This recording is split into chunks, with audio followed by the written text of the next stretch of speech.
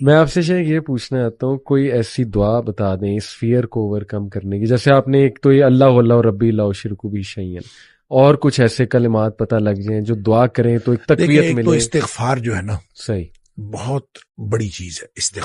استغفار کے بہت سارے کلمات حدیث کے اندر آئے. صحیح.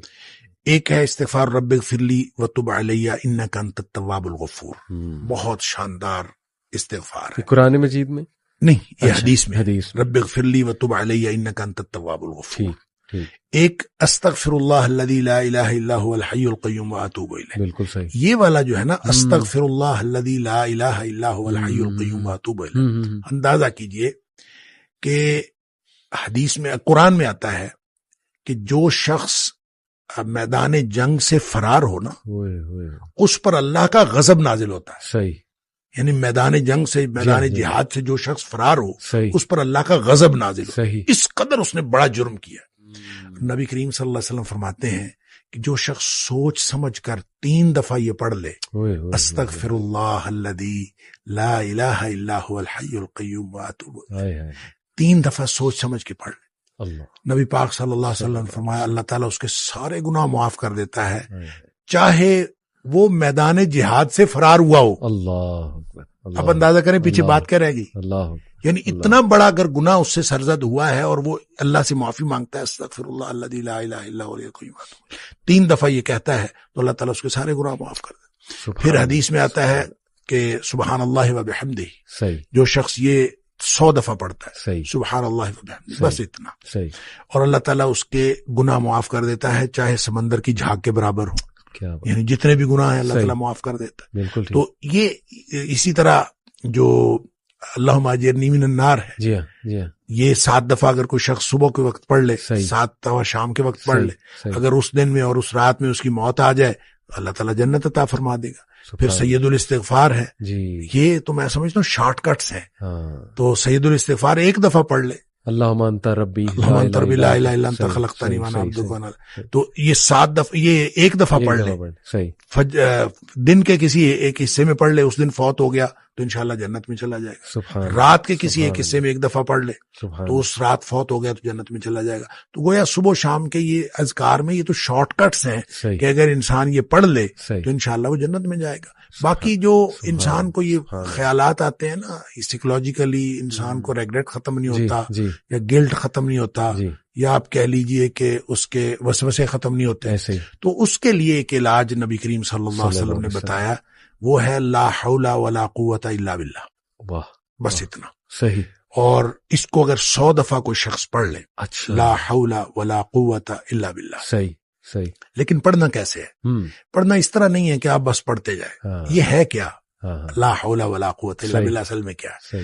حول کا معنی بھی قوت ہے اور قوت کا معنی بھی قوت ہے. لا حول ولا قوت، یوں کہہ لیجئے نہ کوئی اجتماعی طاقت نہ کوئی انفرادی طاقت الا باللہ، سوائے اللہ کے. یا نہ گناہ چھوڑنے کی طاقت نہ نیکی کرنے کی طاقت الا باللہ. یعنی یا تو ایک کو پازیٹیو بنا لے، ایک کو نیگیٹو بنا لے، یا ایک کو اجتماعی ایک کو انفرادی. اب اللہ کے سامنے اس کو اپنا مسئلہ سمجھ کے نا، اپنا جو بھی مسئلہ ہے وہ سوچے اور سوچ کے اپنے اللہ کے سپرد کر دے. یا اللہ میری تو کوئی طاقت نہیں، نہ انفرادی نہ اجتماعی، الا باللہ. ہاں تو عطا فرمائے طاقت تو ہو سکتی ہے. یوں میں اس کو کہتا ہوں یہ بے بسی کا کلمہ ہے. بے بس آدمی اپنے اللہ کے سامنے بے بسی کا اظہار کرے اس کلمے کے ذریعے. صحیح.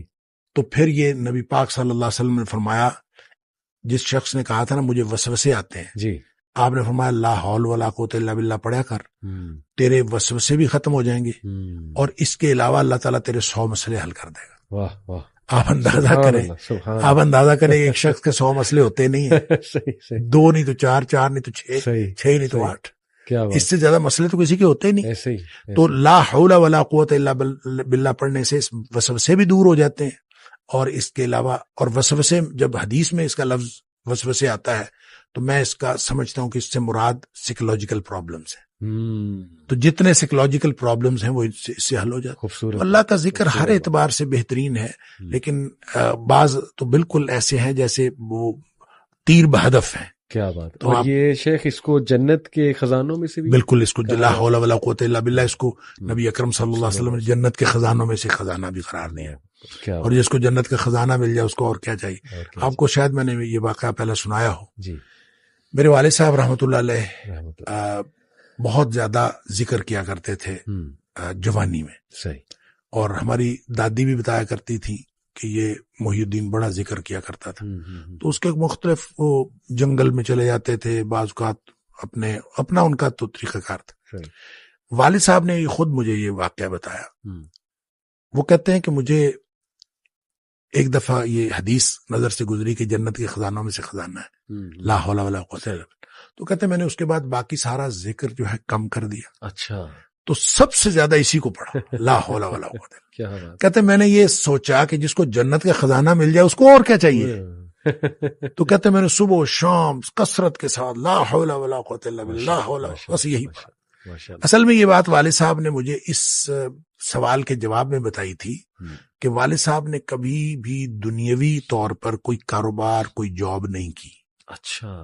نہ کوئی کاروبار کیا، صحیح، نہ کوئی جاب کی. صحیح صحیح. 16 بہن بھائی ہم تھے جن کو پالا ہے انہوں نے. تو میں نے ایک دفعہ ان سے پوچھا تھا کہ ابا جی آپ کو کبھی زندگی میں کاروبار کرنے کا خیال نہیں آیا؟ ان کا آیا تھا، ان کا کاروبار کا خیال آیا تھا جوانی میں. پھر انہوں نے یہ واقعہ بتایا.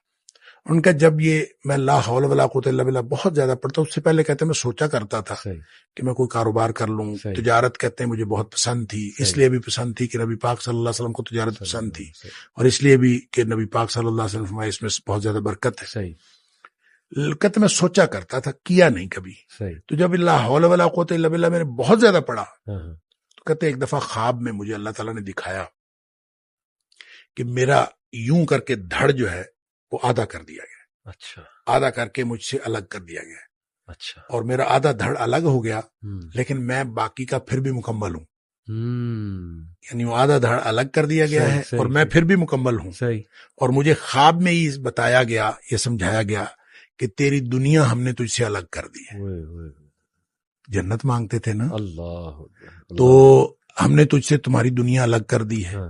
تو والد صاحب یہ فرمایا کرتے تھے کہ اس کے بعد مجھے زندگی میں کاروبار کرنے کا خیال بھی نہیں آیا. اس سے پہلے خیال آتا تھا، کیا تو پہلے بھی نہیں تھا، اس سے پہلے خیال آتا تھا، اس کے بعد کبھی کاروبار کرنے کا خیال بھی نہیں آیا. کیا بات ہے. یہ کاش کی باتیں ہمیں سمجھ لگ جائیں. میں بس ایک اور چھوٹا سا واقعہ آپ ہی کی اس بات سے یاد آ گیا. خالد بن ولید رضی اللہ تعالیٰ عنہ، آئی تھنک یہ جو رومیوں کے خلاف جنگ تھی اس میں وہ اکیلے ہی نکل جایا کرتے تھے، اور یہ ان کی عادت تھی اکثر پیٹرولنگ کرنے.